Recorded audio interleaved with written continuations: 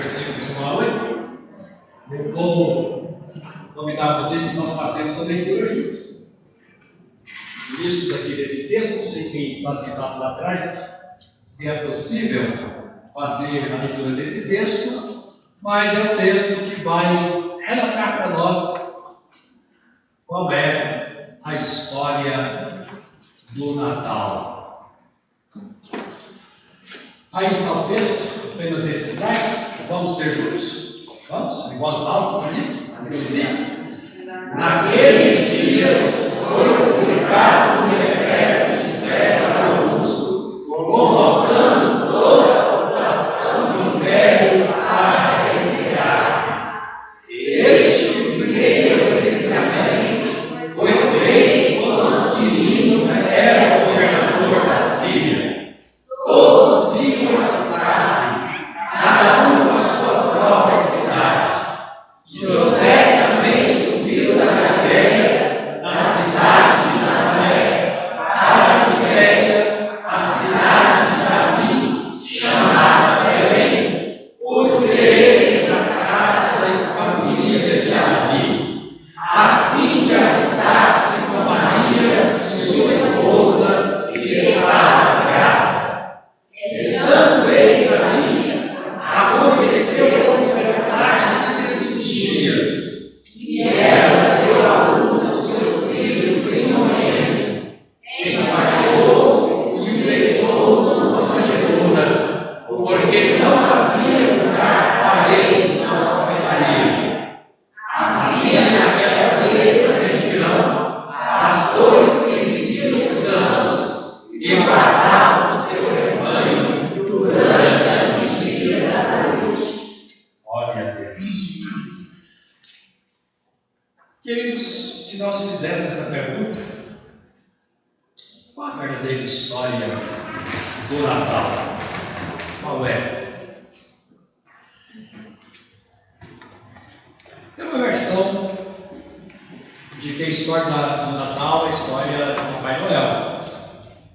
Um velhinho de cabelos e barbas brancas, compridas, apesar de ser bem velhinho, tem sempre um saco nas costas, cheio de presentes e de boa vontade para com todo mundo. Então, quando se fala hoje de Natal, fala desse velhinho, batizado com o nome de Papai Noel. Então, na cabeça de muita gente, Natal é Papai Noel, muitos presentes, muita comida e, para quem bebe, muita bebida. Isso é Natal. E para eles não existe Natal sem Papai Noel. E o foco desse Natal, dessa versão, é Papai Noel. A outra história é a história da Bíblia. Quando se fala a história do Natal, nós estamos falando de uma mulher chamada Maria, noiva de um homem chamado José, uma jovem de uma reputação ilibada, uma família tradicional, mas de repente ela encontra-se grávida, uma jovem grávida. E José, como era uma pessoa muito íntegra também, justa, e não querendo expô-la publicamente, decidiu guardá-la secretamente. Mas ali, todo mundo que sabe ler, entende que os laços estavam rompidos. Na cultura judaica, um noivado se desfaz somente por processo de divórcio, mas era uma questão certa, como 2 mais 2 são 4, era o divórcio de José com Maria. Mas aí aparece um anjo para José e convence, na verdade. E ele falou assim: olha, José, siga em frente, receba Maria como sua esposa. E quem tocou em Maria? O seu Espírito Santo. E aí tem esta parte aqui que nós acabamos de ler, um recenseamento, em que eles vão a Belém para se alistar, já que eram da descendência de Davi. Uma viagem desconfortável para uma mulher grávida, já nos últimos momentos da sua gravidez, empreender uma viagem daquela era extremamente desconfortável, sem falar que a viagem também era uma viagem perigosa. tinham seus riscos. E nós conhecemos esse detalhe aí. Chegam em Belém, as hospedarias lotadas, de repente eles vão parar num curral junto com os animais. E a primeira cama desse bebê foi um coxo, onde os animais comiam feno, comiam palha e comiam sal. Sua primeira cama, seu primeiro berço foi uma manjedoura. Manjedoura é um nome parece muito bonito, muito romântico, mas na verdade foi um coxo. Provavelmente, se eu não fosse uma pessoa bem resolvida e fosse essa a minha origem, provavelmente eu esconderia a minha origem. É uma origem simples, que pega pela simplicidade, que pega pela pobreza, um quadro assim de extrema pobreza. Embora ali não é só pobreza, que no momento que eles chegaram, as hospedarias, as casas estavam todas lotadas. E diz o texto, não havia lugar para eles na estrelaria. Mas esta não é toda a história do Natal. Aí tem os anjos, não podemos esquecer os anjos, que estão pastoreando os pastores, e vem um coral de anjos. Se revela aos pastores, olha, deixa esse rebanho, tem coisa melhor para vocês aí em Belém. Bom, vocês vão ver. E aí aparecem aqueles 3 reis magos, não é? Que sempre é uma incógnita de onde eles vieram, o que faziam realmente, mas eles fazem parte desse cenário. Mas a história toda não é essa. A história toda, queridos, é que a origem do Natal está no céu. Quando Deus decide enviar seu Filho único para ser o nosso Salvador, lá no céu começa a história do Natal. Essa história não começa na terra. Se ela começasse na terra, ela acabaria aqui na terra. Ela não conseguiria sobreviver àquele primeiro século. Mas como é uma história que começou na eternidade, ela veio para a terra e voltará para a eternidade, levando com ela o número incontável de homens e mulheres, jovens e crianças salvas, pelo nome, através da missão desse Cordeiro. Como diz a Bíblia, os salvos serão como as estrelas dos céus ou como a areia que está na praia. Não se pode contar, porque são milhares de milhares, milhares de milhares, milhões de milhões os números dos salvos. Mas tudo porque hoje a gente conta uma história do Natal. Qual é a verdadeira história do Natal? Queridos, Natal é a história da nossa salvação. Assim como lá fora não pode faltar a figura do Papai Noel, aqui não pode faltar a figura de Jesus. Se faltar a figura de Jesus, não tem Natal. Sem Jesus, não tem Natal. Sem a manjedoura, não tem Natal. Sem o infante de Belém, não tem Natal. Mas Natal é uma história de salvação. Isaías diz, vamos ler juntos, coisinho.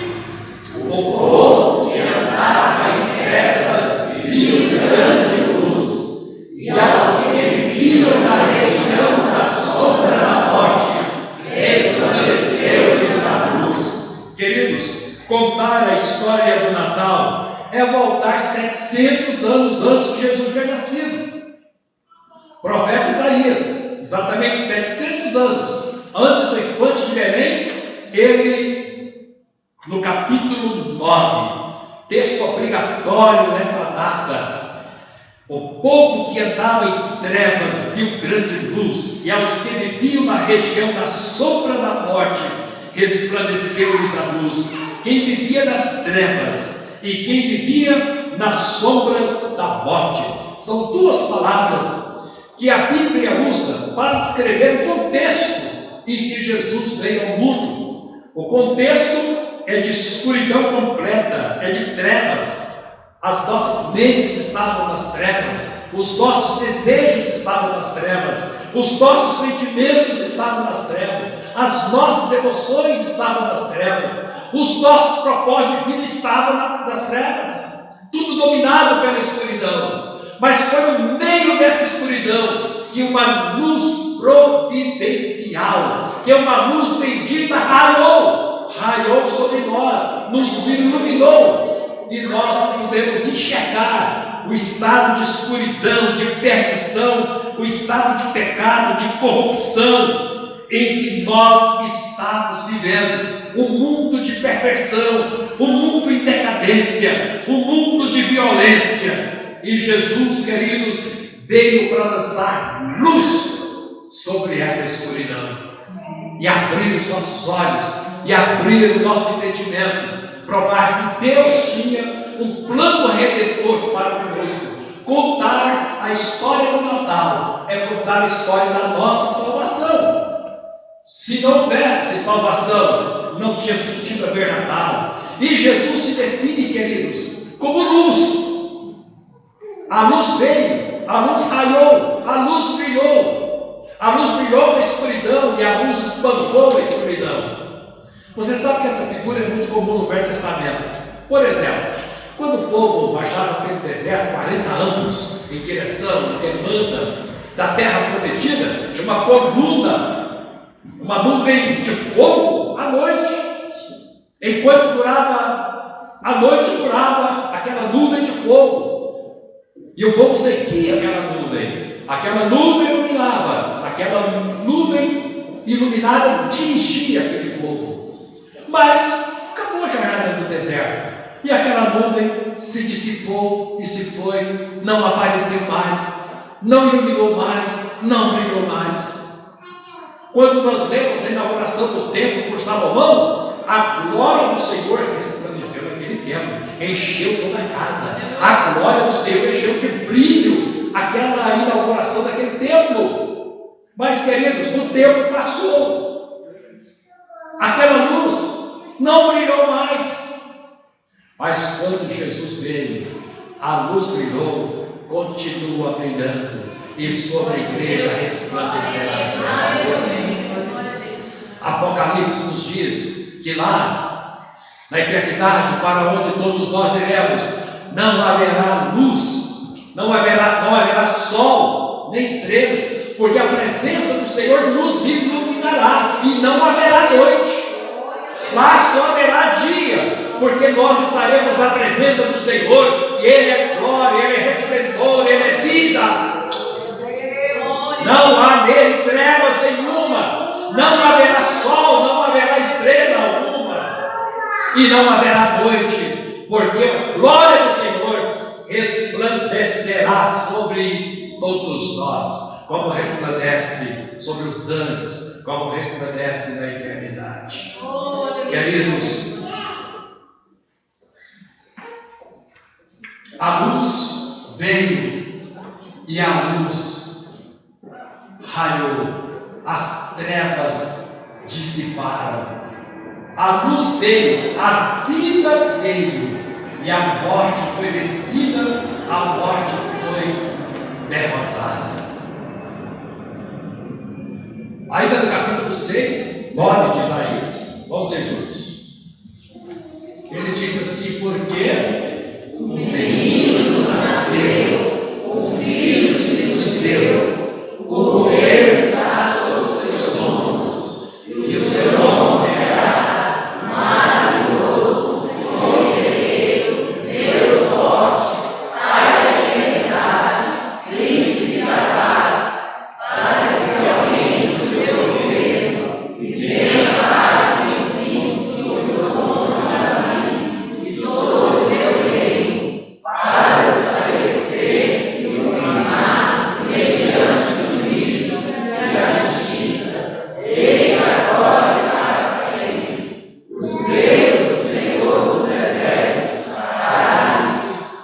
Eu parei a leitura para ver como os irmãos iam fazer a leitura desse texto. Os irmãos lendo assim: porque o menino nos nasceu, um filho se nos deu, o governo está sobre os seus ombros, e o seu nome será maravilhoso, conselheiro, Deus forte, Pai da eternidade, príncipe da paz.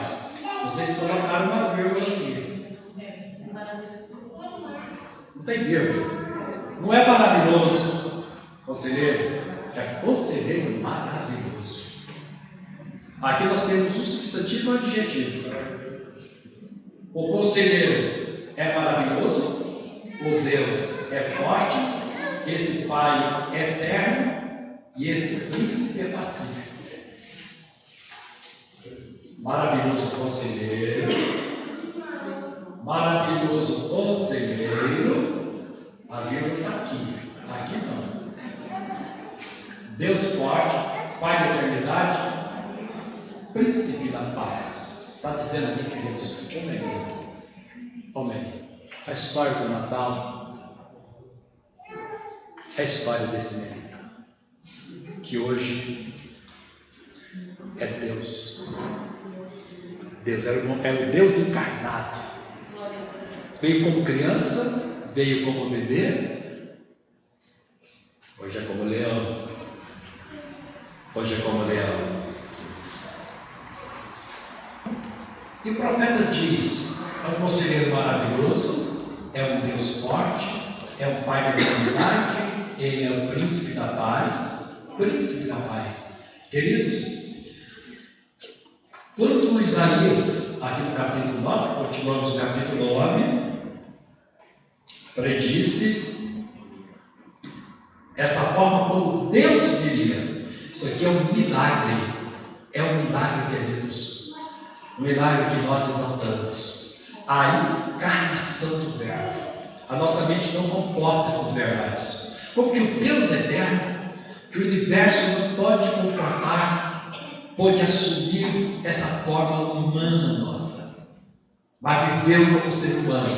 Tudo foi tentado, nunca pecou, cumpriu sua missão, nos viveu a nossa vida, a nossa experiência, sua origem tão simples, tão humilde, nos ensina, queridos,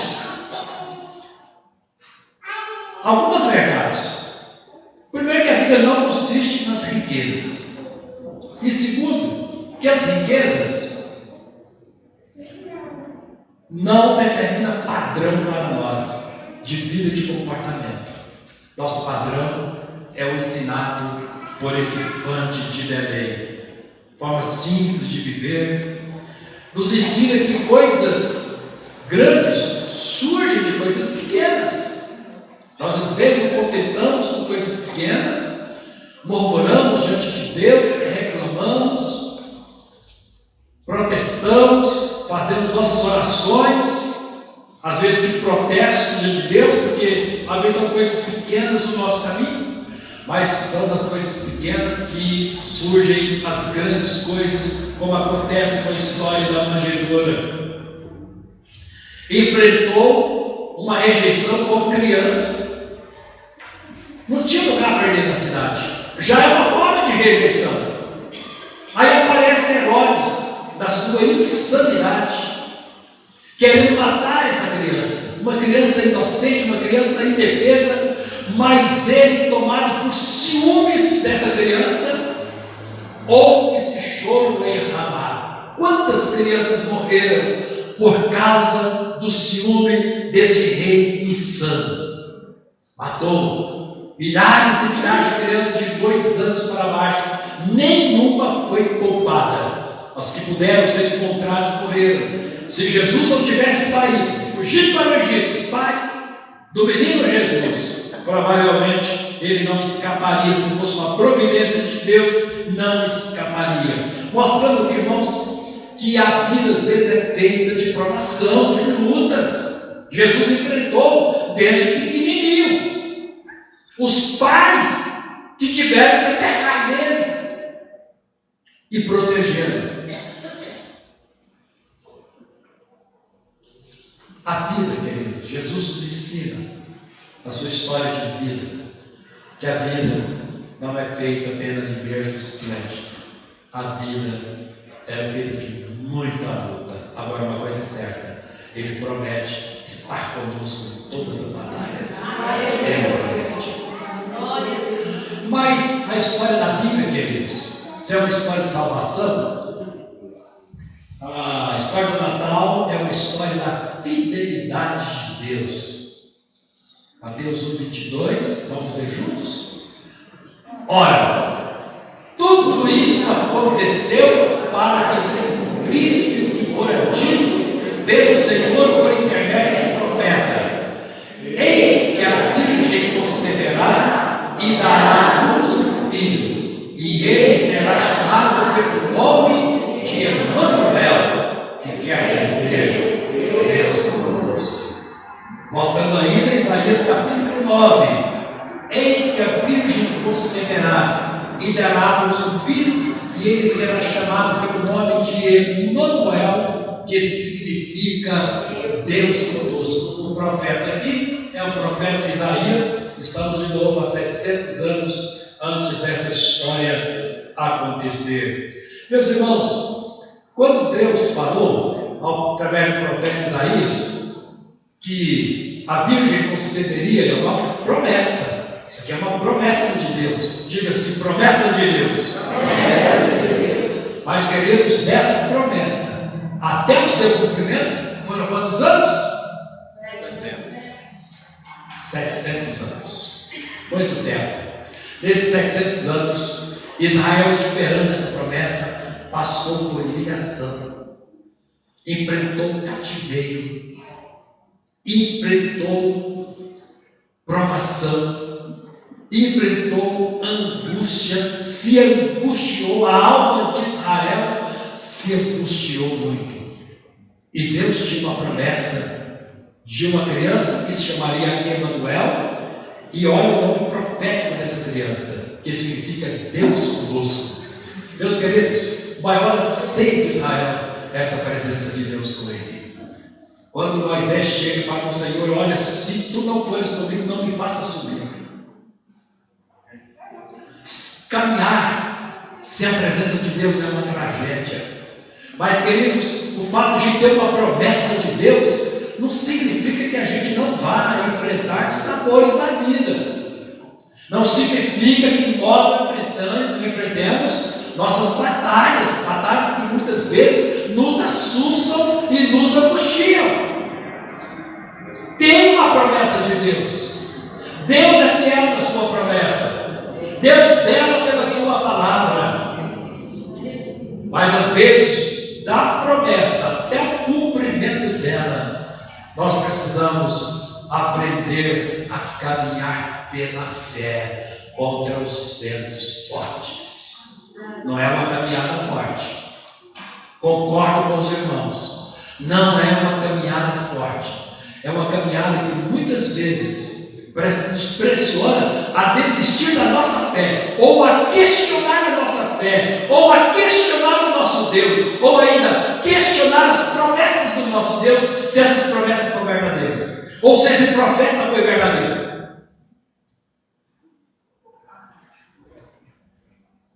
Isaías gozava do maior respeito, começar dentro dos palácios. Em razão da sua origem, ele nasceu e ele tinha trânsito nos corredores dos palácios. Ele tinha o respeito de quem estava no palácio, ele tinha o respeito de quem estava fora do palácio, das casas, das ruas.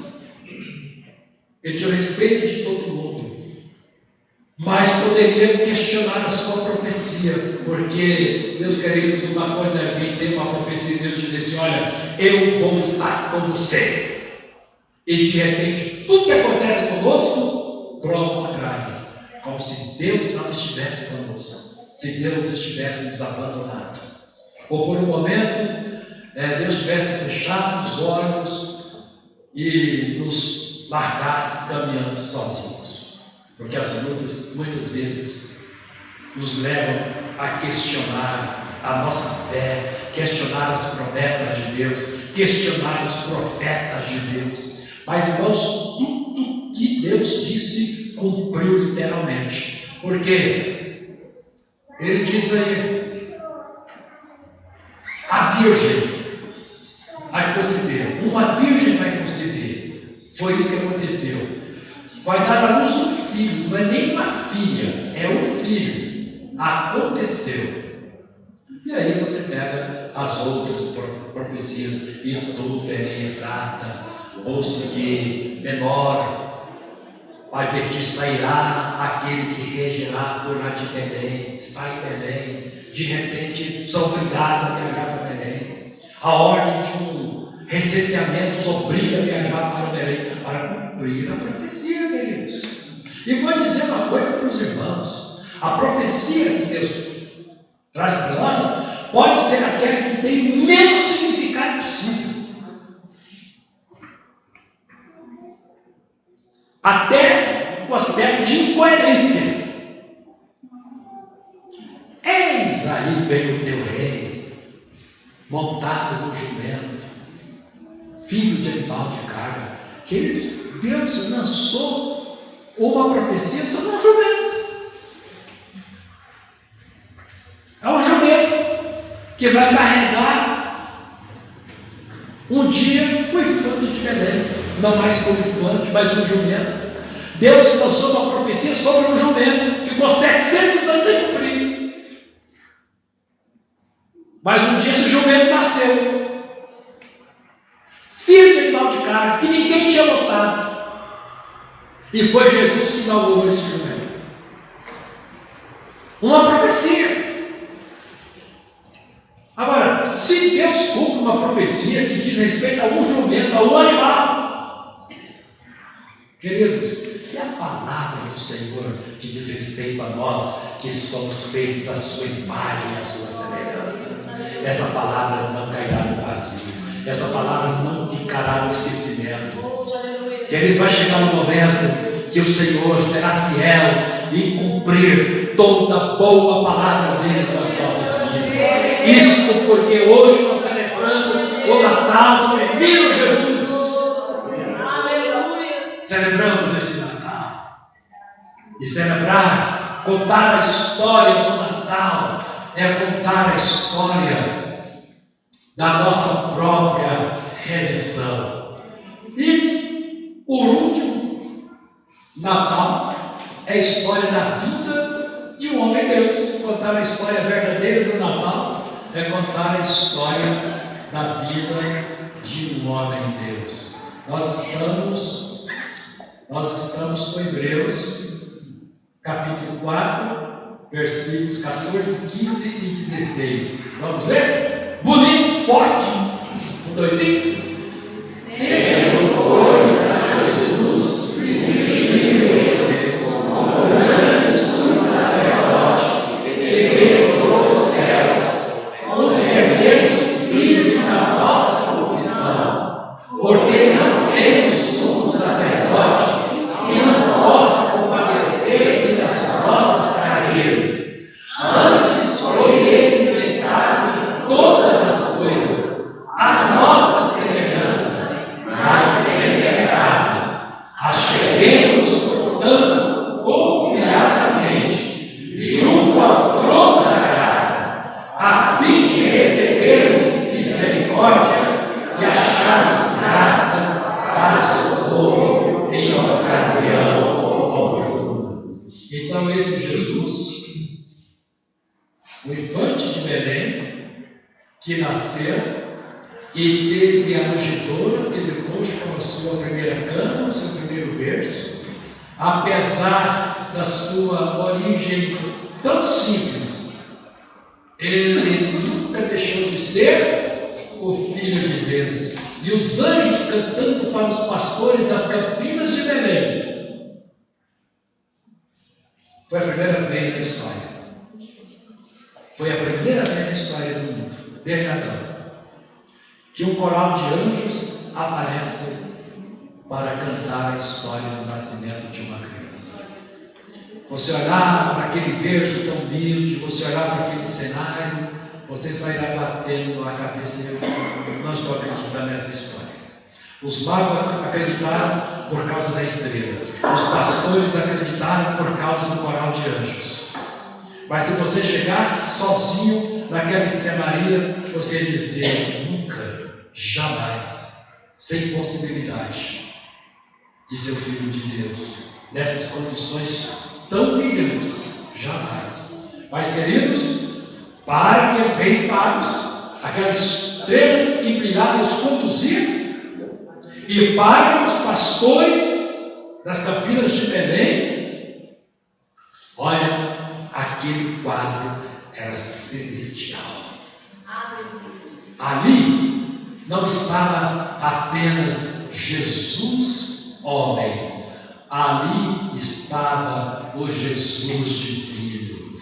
Meus queridos, só esse Jesus divino poderia resolver o nosso problema hoje, poderia resolver o problema do mundo hoje. Se não fosse esse Jesus, nenhum dos problemas poderiam ser resolvidos. Para responder os problemas dos homens, somente Jesus, como Filho de Deus.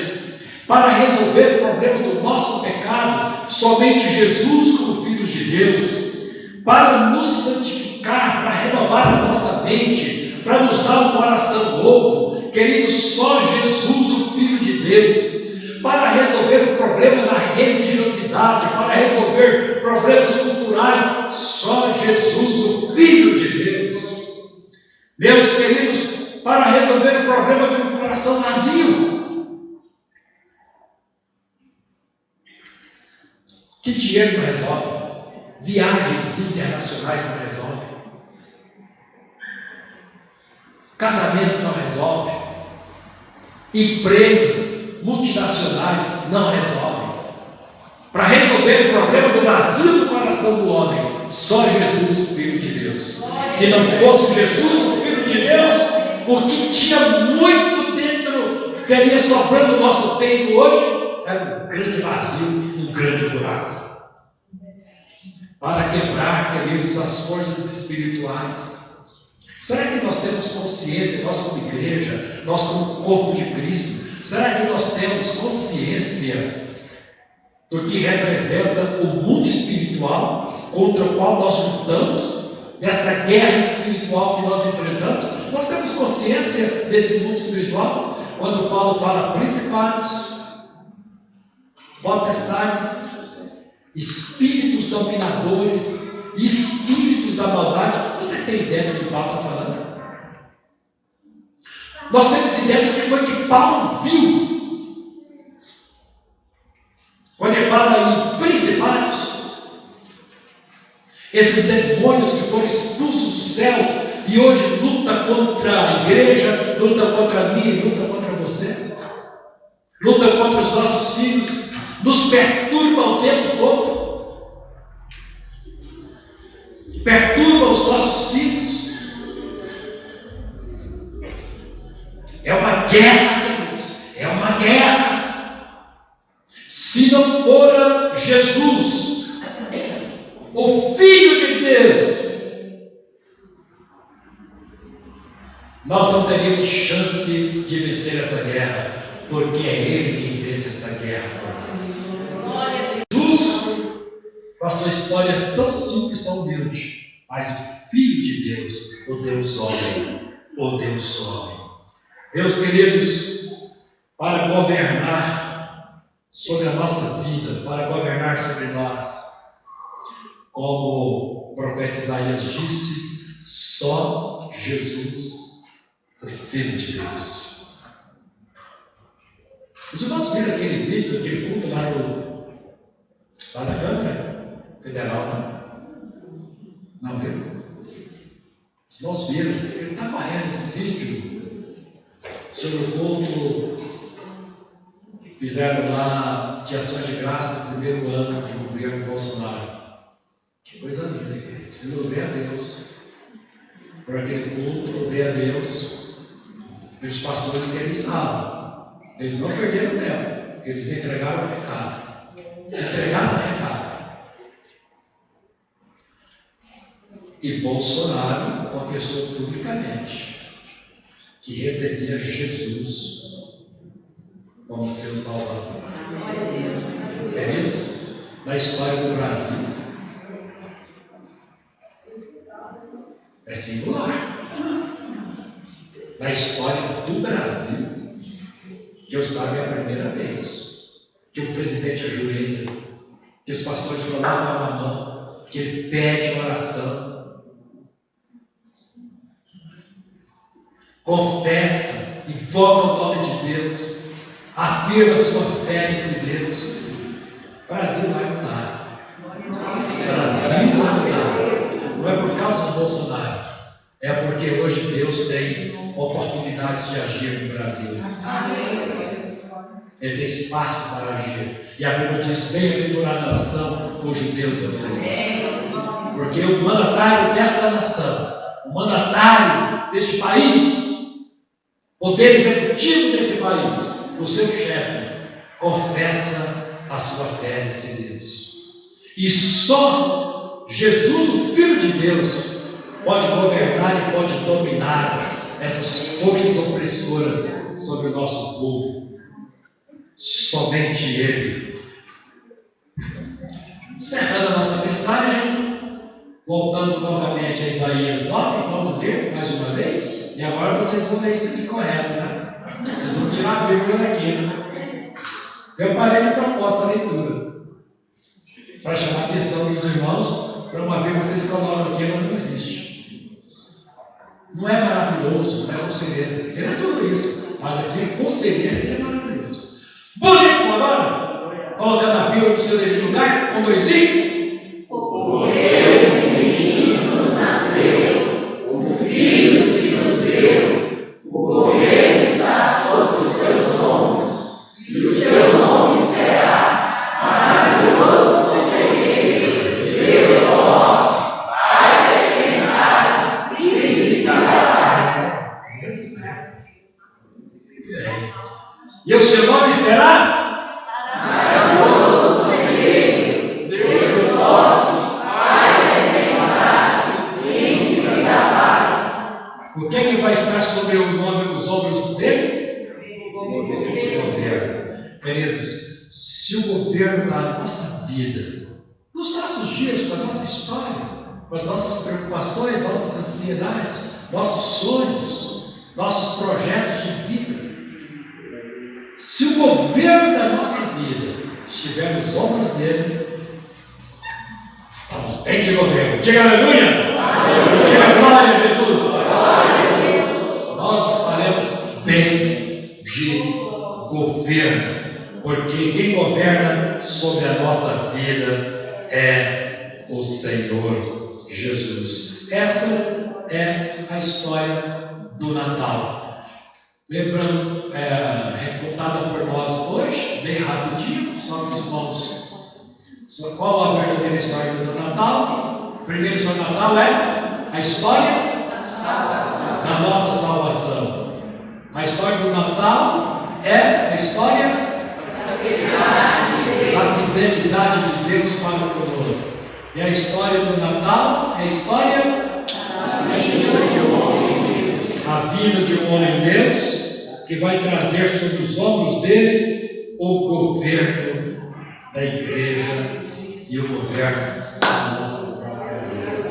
Qual é o hino mais cantado nessa época? Noite de paz. Vamos louvar o Senhor com noite de paz? Vamos louvar o nome do Senhor com noite de paz. Glória a Jesus.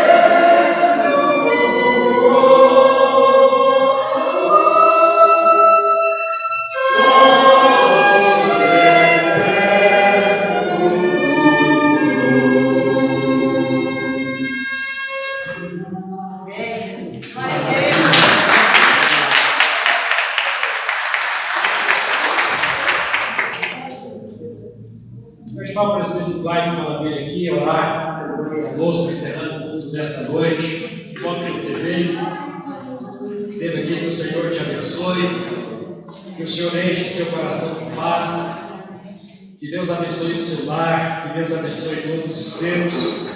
Está chegando aí o novo ano, está entrando uma nova década. Eu sei, queridos, que o Espírito vem aí, e nós temos os nossos sonhos, os nossos anseios, tá? Temos muitos planos com a igreja, que Deus abençoe. Temos sonhos, que Deus abençoe. E nós estamos levando para a nossa caminhada todas essas expectativas que Jesus traz ao nosso coração. A paz do Senhor, irmãos. Amém. Glória a Deus por esta palavra bonita que nós ouvimos hoje. Convido os irmãos a ficarem de pé, para a gente orar, agradecendo a Deus por esse convite. Pedir a Ele que nos traga de volta no próximo, a graça de Deus. Santo Deus e amado Pai, glorificado seja o teu nome, Senhor. Pai, nós te agradecemos por esta ação maravilhosa do Senhor para nos alcançar. Esta ação, Senhor Deus, com a finalidade de nos salvar, de nos resgatar, Senhor Deus amado, do pecado. Pai, a vida do seu Filho, para nos mostrar, Senhor Deus amado, que Ele é o caminho da nossa salvação. Ele é o caminho para a nossa salvação. Que não há outro recurso, que não há outro caminho, que não há outra providência que nós possamos tomar para recebermos, ó Pai, esta graça, a não ser através do Teu Filho Jesus. Pai, obrigado, Senhor Deus, por este culto. Amém. Obrigado, Senhor Deus amado, por um culto verdadeiro, Senhor Deus, por uma palavra verdadeira em que o mundo, Senhor Deus, desvirtua a Tua história. Pai, em nome de Jesus, que as pessoas que estão aqui hoje possam espalhar, Senhor Deus amado, essa verdadeira história do Natal. Que as pessoas que estão aqui hoje, Senhor Deus, saiam enriquecidos com esta informação verdadeira, com essa informação, Senhor Deus amado, de que nós estamos comemorando o nascimento do Filho de Deus, nosso Senhor e Salvador Jesus Cristo. E não, Senhor Deus amado, uma festa secular, uma festa, Senhor Deus amado, inventada por nós. Pai, em nome de Jesus, leve, Senhor Deus amado, os teus filhos de volta às suas casas, em segurança, Senhor Deus, e que nós possamos nos reunir novamente, Pai, para celebrar a chegada de um novo ano, a chegada de uma nova oportunidade de te servir, Senhor Deus, da maneira que o Senhor tem nos recomendado, integralmente, Senhor. Glória a Deus. Dedicar as nossas vidas integralmente a Ti. Amém. Pai, em nome de Jesus, nós encerramos esse culto, Senhor Deus, agradecidos por esse alimento maravilhoso que o Senhor nos deu.